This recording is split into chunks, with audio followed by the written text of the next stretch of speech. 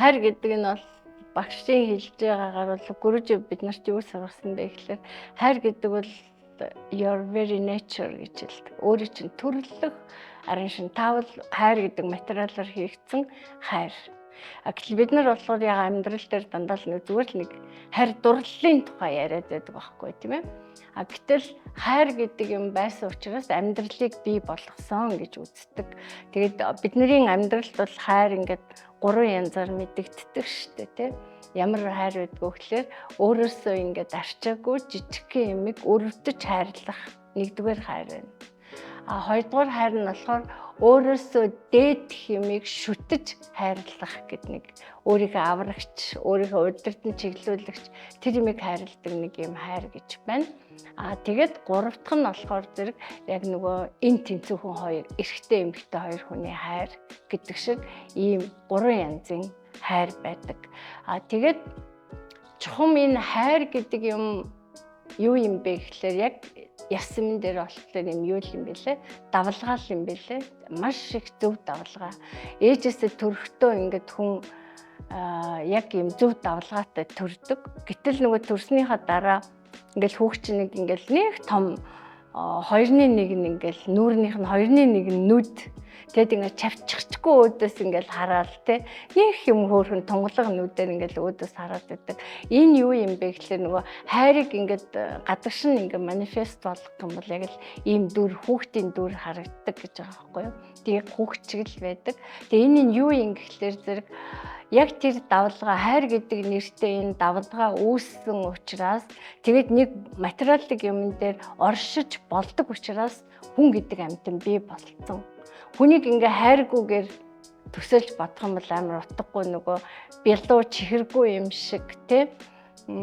Эсвэл бялуунд чи айгүйх ингээд нөгөө илэс холчихсан байвал айгу муухай бялуу харахад айгу гоё юм шиг мөртлөө тэгээд тэгсэн мөртлөө энэ яаж ийнү гэхээр бясалгал гэдэг юмыг хийж ижил тэр жинхэнэ тэр хайр гэдэг давлгаа буцаж ирдэг. Ямар нэгэн байдлаар одоо тэгэл жишээлх юм бол бид нар нас уртсахтаа ингээ витамин уудаггүй л дээ. Яаж ийнү гэхээр хайр гэдэг давлгааг өөр дээр хичнээн их бий болгож чадна уу?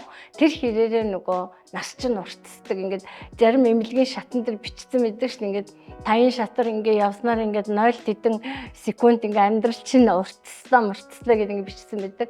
Тэр хайр гэдэг давлгааг хичнээн удаа өөртөө оруулж ирж тэр хайр гэдэг давлгааг ингээд давлгаагаар төрч гисэн ингээд амьдрч л үтсэн болол нас ч уртсах ёстой, бие чинь эрүүлжих ёстой юм тий. Тэгээ бид нар ингэдэг л ингээд нэг өвчин тусахлаар нөгөө хайр гэдэг юм мартчихдаг. Нөгөө өвчнөө үзэн ядна, эмэндээ дургуутсан, нэмчтэй дургуутсан. Тэгээ эн чи яаж нүглээр яг өнөө хайр гэдэг давлгаа чинь байхгүй болохоор тэгээд нөгөө өвчтөө хүн болгон эдгэрч чаддаггүй. Ямар нэгэн байдлаар хайрыг л бий болгочих юм бол тэгэл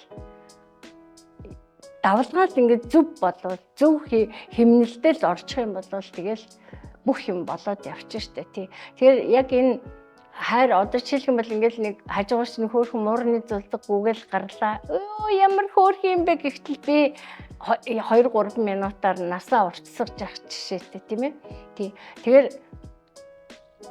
ер нь болох дээр хүний мөн чанар бол хайр л юм байна. Хүнийг одоо яг хүн гэдэг тодорхойлтыг ингээ хэлэх юм бол хайр гэдэг ангид хэддүгээр ангид ямар дүнтэй суралцж байгаа юм бэ гэдгээр нь л одоо энэ одоо хүн мөн үү биш үү гэл тээ. Тэгэл нөгөө бид нар байдаг ш Нарада Сутран дээр ингээд хайрыг бол маш олон янзаар дүрсэлж хэлсэн байдаг. Тийм ээ. Нөгөө ийм хоёр найзын хайр гэж байдаг, эх орноо хайрлах хайр гэж байдаг, хоолндоо хайрлах. Тэр хоол идэл хоолн дуртай хүн чинь хоолыг хайрлал байгаа байхгүй дурлалчаад дээ ш надад чинь тий. Гэх мэтчлэнгээр ингээд маш их олон янзаар ингээ хайрыг дүрслэж бичсэн байдаг. Тэгээд за одоо яг хайрлна гэдэг нь бас нэг тийм өрмөц шинж тэмдэг. Заримдаа их уяхан хүмүүс байдаг. Юм л бол юмыг хайрладаг. Юм л бол нулимсан урсаал явдаг. Ингээд тэрний мууч гэж байхгүй л дээ тий. Бид нар чинь тийм хүмүүсээ чинь нэг blue star энэ төр гэж яриад байдаг шүү дээ тий. Тэр нь болохоор юутай холбоотой вэ гэхээр нөгөө тархины баруун зүүн тархины хөгжилтэй холбоотой. Ээжээс ингээд дөнгөж төрөнгүүтээ бид нар баруун тархи маань илүү хөгжилтэй байдаг угаасаа. Тэгэнгүүтээ яадаг вэ хүүхэд бөн хайр нэг аль нэг хүүхдэл байхад тэгэл тэр айлын үнэрч гоё. Тэгээд тэр айлын бүх хүмүүс ингээл хэлгэрж мэдгэрж яриад нөгөө хүүхэд чинь ингээд юу ингэдэг яг нэг хайрын булаг ундраад байгаа байхгүй тэднээс. Хэрвээ тэр хүүхэд байхгүйсэн бол тэгэл нэг хідэн гүлээсэн нэг ууртаа уцаартай эсвэл нэг дуурч ядсан хідэн хүн л байна штэ. Тэр хүүхэд нэг хүүхэд байхад ингээд бүх хүмүүсийг амьдлаа. Энэ юу болоод байгаа юм гэхэлэр нөгөө хайр гэдэг давалгааг чинь л ингээд давалгаалууд зөв давалгаалуудаад байгаа байхгүй. Тэгээд хүүхэд жоохон том болоод одоо сургуульд ороод бичиг үсэг заалгаад тоо бодоод ингээд ирэхлээр зүүн тархин хөгжөд эхэлдэг. Тэнгүүтээ нөгөө баруун тархины хөгжил нь яваандаа ингээ удаашчдаг. Зөвхөн л одоо education гэж хэлдэгтэй боловсрал гэдэг юмар хүнийг бий болгохгүй. Маш өндөр боловсралтай тэр хүн чинь одоо юу гэсэн үг вэ гэхээр зүүн тархин асар их хөгжсөн. Яг тэр зүүн тархин асар их хэмжээгээр хөгжсөн байна гэдэг чинь тэр хүн хайрын давалгаа нь бүр эвдэрсэн. Одоо би боловсролын эсрэг байгаа юм биш л дээ. Гэхдээ яг үнэн байдал бол тийм байна. Зөвхөн зүүн тархин хөгжих юм бол хүн үнэхээр нөгөө нэг хайр гэдэг давалгаагаа бүр алдаад одоо education боловсрол гэдгийн давлгаа ороод ирэхлээр хүн яг Европ шиг болно. Ганцхан зүүн тархин л хөгжиж байх юм бол тийм болохоор бид нар ингээд амьдрал дээр ч гэсэн таралдаг шүү дээ. Аюу өндөр боловсролтой мөртлөө хүн чанар ёс суртахуунгүй тийм хүмүүс зөндөө байдаг те. Тэгээд их эрдэмтэй болох тусмаа харгас хүйтэн Европтой төстэй болж байгаа байхгүй юу? Гэтэл баруун тархин ингээ хөгжсөн хүмүүс болохоор тэр юмыг хайрладаг. Тэгээ бас хэтрүүлсэн тэр нь тэгэл юм л бол уйлан донгоддог, нулимс нь гоождог, нэг хөөх юм, нэв юм гэсэн бас юм болчдөг. Гэхдээ хүнд бол ямар юу чанар байдгүй гэхэлэр зэрэг хүн өөрийгөө хөгжүүлэхдээ амьсгалын дасгалуудыг хийхдээ тархины баруун зүүн хоёр талын хөгжил яг тэнцвэрхэн болдог. Тэг бүр тэгж бүтээгдсэн. Тэгэхээр өөрөөр хэлбэл буруугаар амьсгалал ингээл яваад байх юм бол тэгэл бид нар ингээл нэг тийм хүмүүсийг сургая гэж боддөө штэ. Даа чи одоо энэ чиний аав чинь ээж чинь чамааг ингэж өсгсөн. Чи яагаад ээжийнхөө өдөөс сэрэлж байгаа? Яагаад аавыгаа тоохгүй байгаа гэл ингээл тэр хүн хичнээн хэлсэн ч ойлгохгүй. Яагаад гэвэл тархиныхын зүүн тал нь давмгаалаад хөгжсөн байна нэгдүгээр. Хоёрдугаар тэгээ юу аж нөхлөө хайрын давлгаа байхгүй. Хайрын давалгаал байж иж өрөвч нэнжин сэтгэл гэгэрн гэдгийн хамгийн гол тулгуурладаг нэг багна нь юу гэдэг вэ гэхээр инрэл байдаг шүү дээ. Инрэл нэгүсэл гэж юм байдаг. Инрэл нэгүсэл байхгүй. За нөгөө талаар бас эрдэм боловсрал байхгүй бол бас болдгоо. Эрдэм боловсрал юу вэ гэвэл гэгэрд гэдгийг нэг сайхан ордон гэж бодвол тэр ордонд хүргэж өгдөг унаа чинь интеллект бол тийм ач холбогдолтой. Бидний энэ бүх бие цогцос маань ерөөсө дутуу юм байдаггүй л дээ. Бид нар тэрийг ганцхан л тэнцвэрийн л олж хэрэглэх ёстой юм ба. Баруун тархич хэрэгтэй, зүүн тархич хэрэгтэй. Баруун тархин дэндүү их хөгжих юм бол амьтантай их төсөөтэй болно гэж байна шүү дээ. Зүүн тархин ганцаараа хөгжих юм бол робот болно, хүйтэн сэтгэлтэй. Тэгээд тэрний цааталд юу болсон бэ гэхээр хайрын давлгаа байхгүй болсон. Хайрын давлгаа эвдэрсэн. За тэгээд одоо хайрлна гэж болно. Сургуулиар сураад заалгаад юмыг хайрлж инэрх ёстой юм байна гэд дүр үзүүлээд бас хүмүүсийг хайрлж байгаа дүр үзүүлж болно. Жишээлх юм бол одоо кинон дээр ингээ хоёрж үзэгчин бол бие биендээ хайртай биш шүү дээ. Гэтэл бид нарт яаж үзүүлж чадчихна вэ гэвэл биднийг мэлмэртэл нь уйлуулад гарслуулад тэгдэг байж ингэдэг бай тэгсэн болоосаа гэд бид нар ингээд тэр өөрөөр хэлбэл тэр хайр гэдэг юмыг хүн ингээд жүжигж чаддаг. Үзүүлж чаддаг. Яг энэ дээр ирэхлээр зэрэг бас хүний ухаан хайрлахтай биш, хайрлуулахтай. Хайрыг даах гэдэг бол хайрлах гэдгээс хэд дахин илүү жинтэй юм гэж боддог. Бид нар тэгдэж нэг хүнд ингээ хайртай, сайн ингээл үгэнд нь ороод бүх юм хийгээл ингээл туслаад ахаар давардаг байхгүй нөгөөх нь. Энэ мөг яаж исэн чи яадیں۔ Энэ мөг тэгдэл аахгүй юу? Энэ мөг тийхгүй яах юм? Энтергээл те. Тэгээ энэ бол юу вэ гэхлээр зэрэг дахиад энэ зүүн тархины л үйл ажиллагаа. Дахиад үнэ хайр гэдэг юм ерөөсөө байхгүй байгаа байхгүй юу? Тэгэл хайр гэдэг юм л байхгүй юм бол тэр гэгэрлийн тухай бодсны ч хэрэггүй. Тэг хизээч гэгэрхгүй гэсэн үг. Тэг хайр бид нар хайрыг яаж устгадаг вэ гэхээр багш ярьдэн шүү дээ нөгөө нэг жинхэнэ коммунизмын онол бол яг жинхэнэ одоо хайр гэдгийн үн цэнийг мэдсэн, хайрлах гэдгийн үн цэнийг мэдсэн хүн бол яг коммунист шиг байх хэрэгтэй гэсэн. Гэтэл яагаад энэ коммунизм гэдэг юм эвдрээд нураад унчихва, болохоо байчихва гэсэн чинь яг тэр нийгмийг барьж яваа, удирдагч, тэр хамгаалагч, дарга, цэрэг тэр хүмүүс нь бүгдээрээ хүний хувьд эвдэрчихгүй юу? Өөрөөр хэлбэл ингээд нөгөө зүүн тарих нь илүү хөгжөөд тэгээ санаа ургаад гэдэг юм уу юу гэдэг. Тэгээд нөгөө хайрын үнц нь байхгүй, хэрэгцээ айгүйх гараад ирсэн. Тэгэхээр хайр гэдэг юмыг устгадаг юм бол тэр хэрэгцээ байгаа, шунал байгаа. Тэгээ ярьдаг штэ багш бол юу гэж хэлдэг вэ гэхээр хайр гэдэг бол чиний мөн чанар. Хайр гашлах дээр шунал болдгоо гэж. Дэлбэрэх дээр уур хилэн болдгоо гэж. Тэгээд нөгөө хайр чинь л ингээд янз нь болоод нөгөө сүү чинь гашлаад сүү биш болчих штэ тий. Ээдгтэрээ тараг болно, эдэн болно. Яг тэрэн шиг нөгөө хайр гэдэг юм чинь. Гэхдээ мөнх хүн төрөлхтний мөнхийн сэдв бол хайр.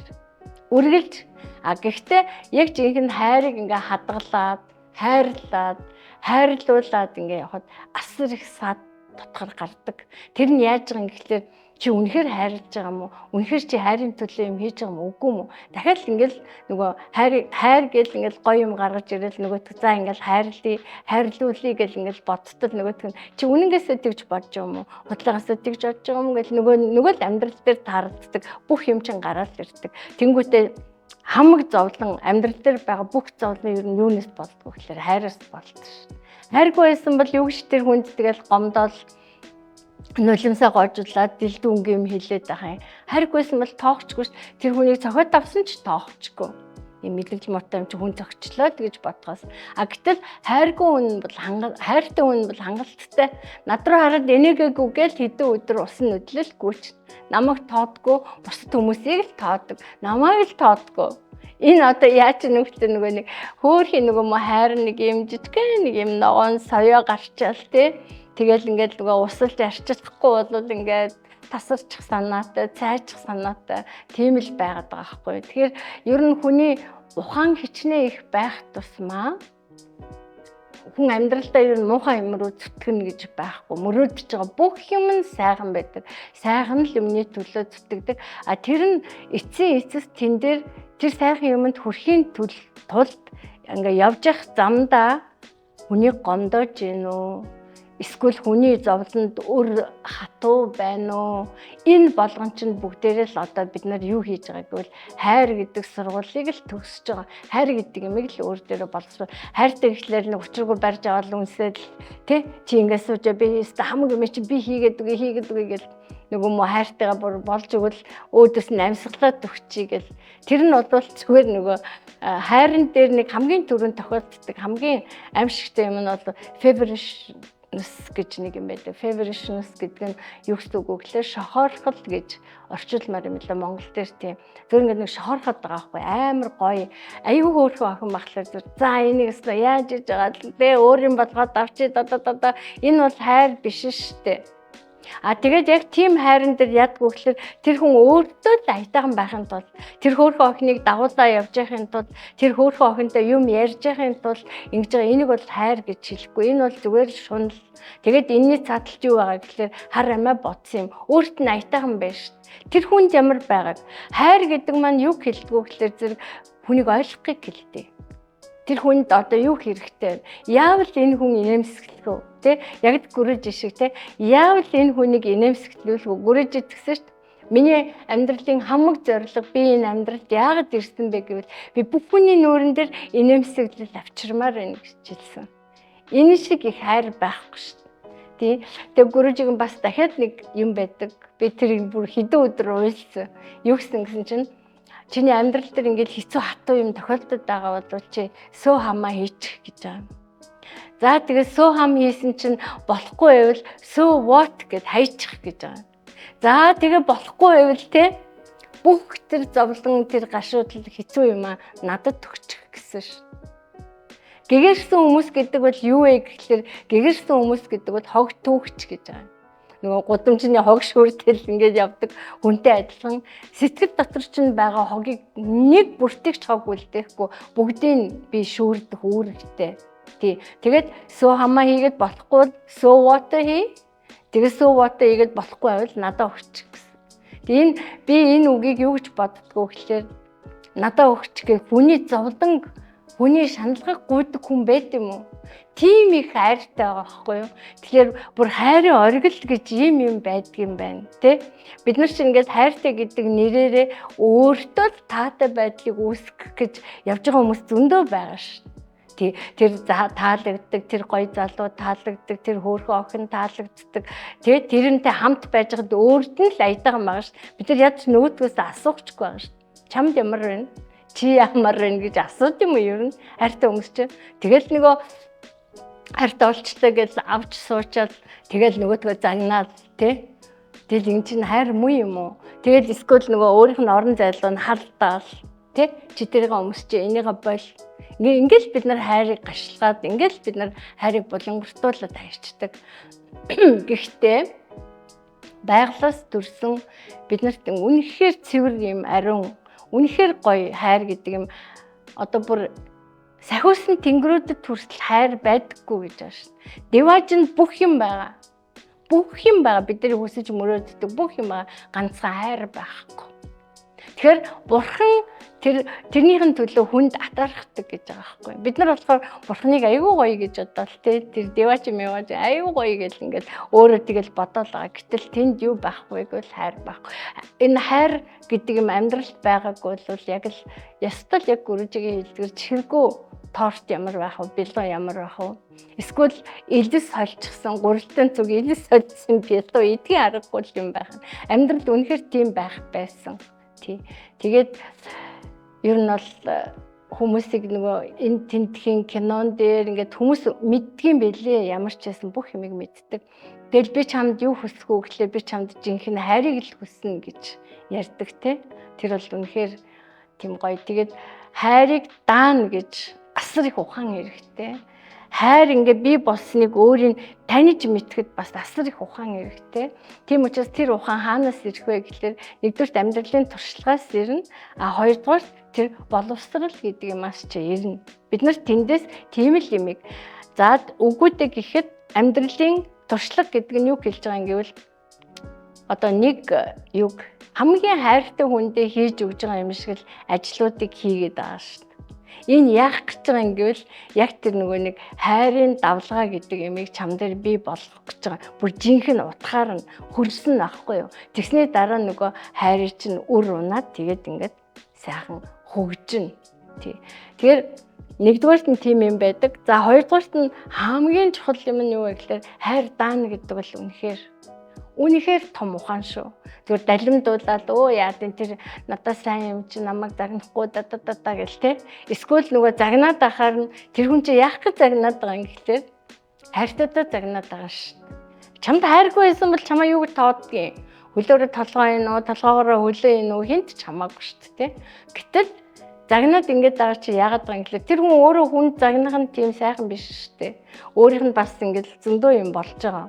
Тэ ингээл энийг муу золиг одоо ингээд ядадаа гэл янз бүрийн дүгнэлт хийж байгаа. Тэгэл хүнийг загнаж байгаа шүү дээ тий. Тэгэхээр тэр хайр гэдэг юм өөртөө ямар их ойлголттой тэр өөр дээр нь хэр зэрэг суусан бэ гэдэг нь бас ингээд нөгөө хүний хэлж байгаа үгийг хайрыг хүлээж авч байгаа байдлаас нь аюул сайн мэдэгддэг. Жишээлбэл хүүхдүүд гэхэд ч юм байдаг шүү дээ. Заримдаа ингээл олон хүүхдтэй айлын нэг ах юм уу их чинь ингээд загнуулж яхад нөгөө дүүн ч юм уу нөгөөдөл нь те болж могийг ээж загинж болж гэж боддог нэг хүүхдээ. Нөгөө нэг хүүхэд нь яадаг вэ гэхээр зэрэг ийм юм хийвэл загнуулт юм байна. Би тэгж болохгүй юм шүү. Би тэгхгүй шүү гэдэг хэрсэн хүүхдээдэг. Амар ухаантай байхгүй энэ. Би татаад авчиж те заавал биер үзэхгүйгээр. За зарим нь болохоор махандаа хэлүүлдэг хүүхэд гэж байдаг. Заавал ингээ нэг тоншуулаад, зодуулаад, саваадуулаад тэгжээж нэг ойлгодог хүүхдүүд гэж байдаг. Тэгэхээр энэ хайр гэдэг чинь тийм их хэцүү учраас хүн болгоны нөгөө хайрын төвшин, хайрыг ойлгох, хайрлуулах чадвар нь бүгд өөр байдаг. бүгд ийм өөр шатан дээр явж байгаа. Тийм учраас бид нар энэ амьдрал дээр хамаг зовлон хайраас болтгол гэдэг байгаа байхгүй.